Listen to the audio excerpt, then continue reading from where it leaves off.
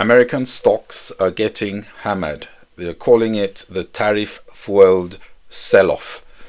Anxiety concerning growth in the world's largest economy is extending a 3-week stretch of volatility, and the transition to a more private sector-led economy may be jolting already bubbled markets. Meanwhile, the trade war took another turn as the Canadian province of Ontario imposed a 25% surcharge on electricity exports to America.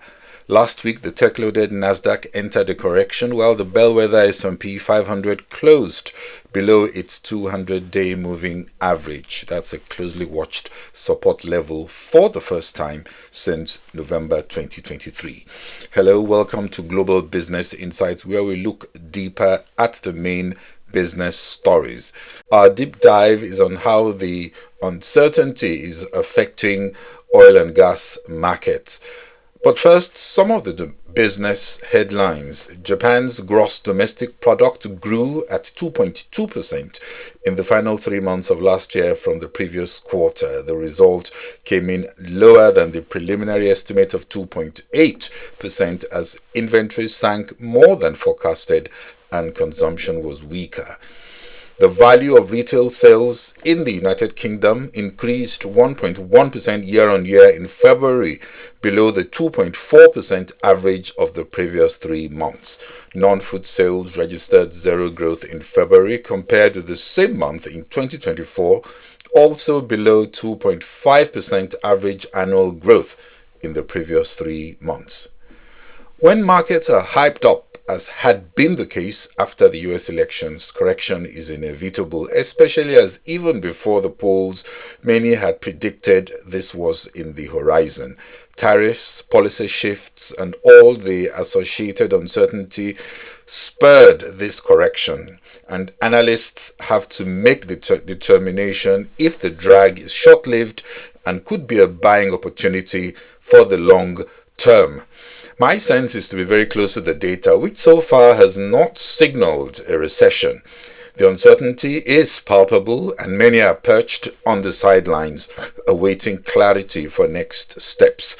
The prediction that after the trade negotiations and when volatility abates, we could see a new normal and equilibrium informed by a changed dynamic. But we have to see whether that prediction is true, or a protracted trade war could hurt, not just immediately, but irreparably the economy, such that we begin to see what looks like a recession. We are now in correction mode, that is 10% down, and some say 20% bear market, that's down 20%, is impending.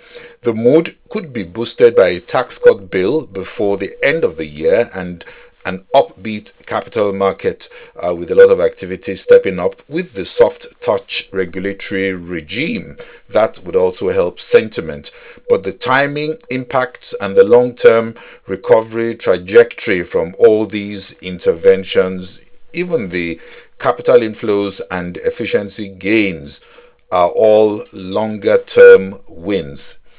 It has to be about the data, which, like I said, is not signaling the doom that many are already pricing in. The rising pessimism is spreading even as Delta Airlines just slashed its first quarter earnings and revenue guidance, citing increased macro uncertainty and falling consumer confidence.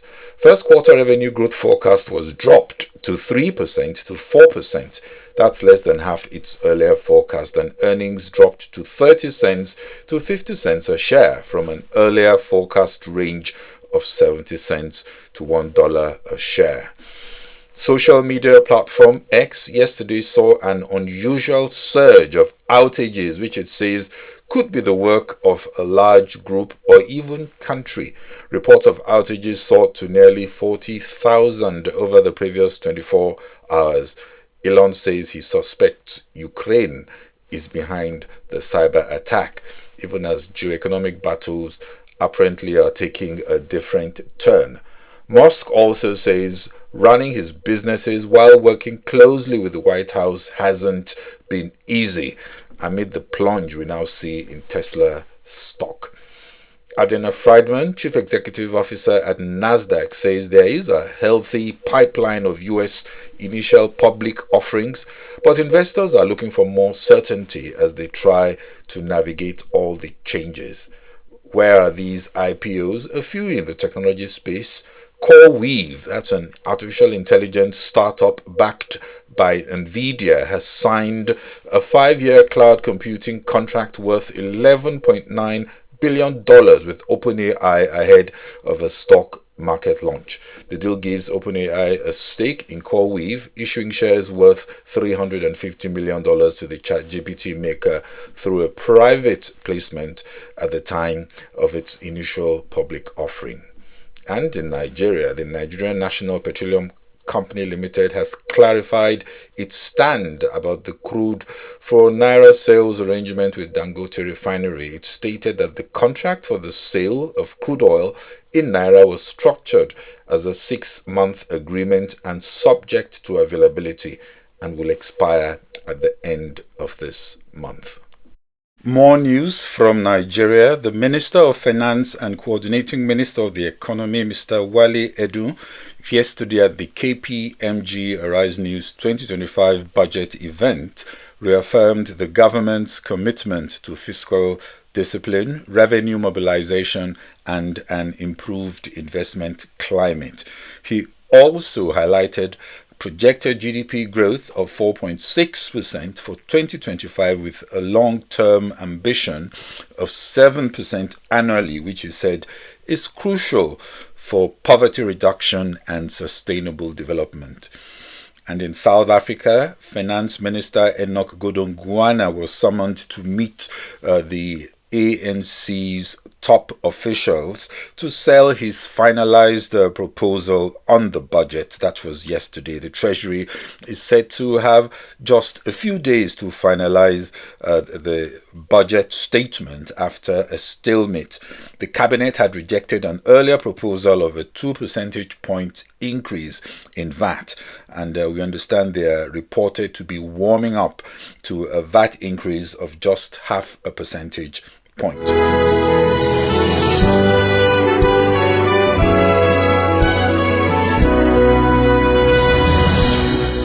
Our deep dive is on how the geoeconomic uncertainty is affecting the oil markets. The fears of a global recession triggered by weakness in the US is also driving a broad bearishness. On the supply side, Baker Hughes Chief Executive Lorenzo Simonelli confirmed what many of us suspected, which is that US oil and gas producers are likely to boost output primarily from improved efficiencies rather than new drilling and higher spending. This also echoes comments by ExxonMobil's upstream president Liam Mallon, who recently dismissed the notion that US producers will dramatically increase output, adding last week that a radical change is unlikely because the vast majority, if not everybody, is primarily focused on the economics of what they're doing. Focus on economics means responding to the numbers and market dynamics and not to prodding by the US administration. According to a recent research note, with oil prices declining over the past 2 years, oil companies are borrowing more to keep their shareholders happy. Bloomberg in late October reported that most super majors are borrowing heavily to fund share buybacks and will struggle to find funds to dramatically increase their capital expenditure to drill more. Indeed, banks are less climate conscious but still cautious on the longer term implications, as the taps are not fully opened to push major expansions in drilling, given weaker margins that come with lower prices.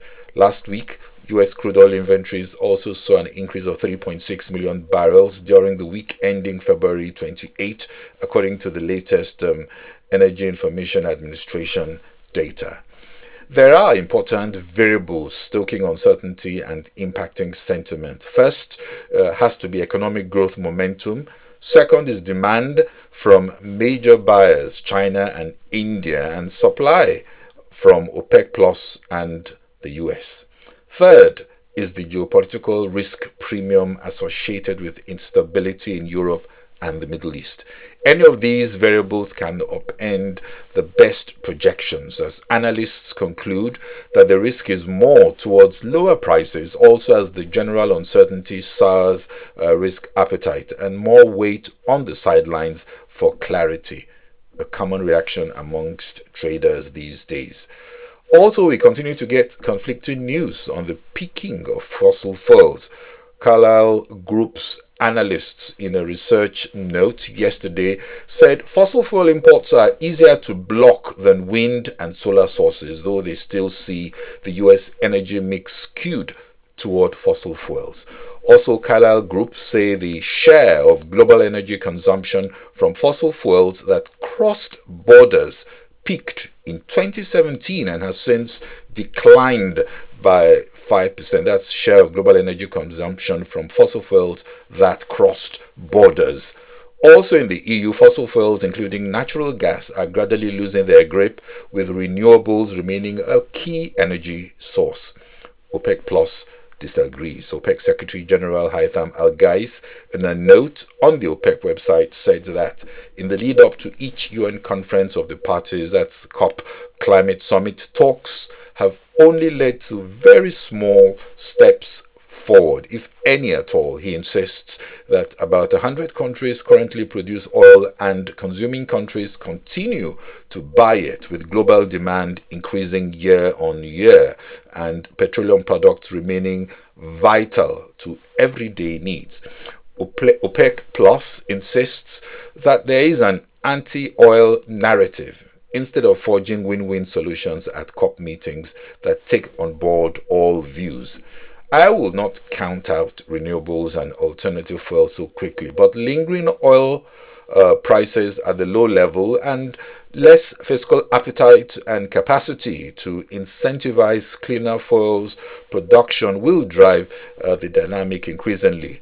For the energy space, I think it will still be the economics rather than the politics. Oracle reported third quarter earnings that missed on the top and bottom lines. Earnings per share at $1.47 for the quarter was lower than $1.49 expected, while revenue was $14.13 billion, also slightly below Wall Street estimates. Q3 cloud infrastructure revenue was $2.7 billion, just under $2.71 billion expected. Volkswagen today reported a 15% year-on-year drop in profit due to higher costs and extraordinary restructuring expenses. Asia Pacific markets mostly lower after losses in the US following anxiety over tariffs and a potential recession. Safe havens in demand helped Japanese yen to rise 0.3% against the dollar. Market sentiment has rapidly shifted from post-election euphoria to serious concerns about recession, though business activity and data are not exactly providing the evidence as at yet. Still, US futures inched up early today ahead of market open, while Delta Airlines shares tumbled about 11% after it slashed profit and sales forecasts. Nissan CEO Makoto Uchida was reported to be stepping down from his position. The report came in today. On April 1, he will be replaced by current Chief Planning Officer Ivan Espinoza.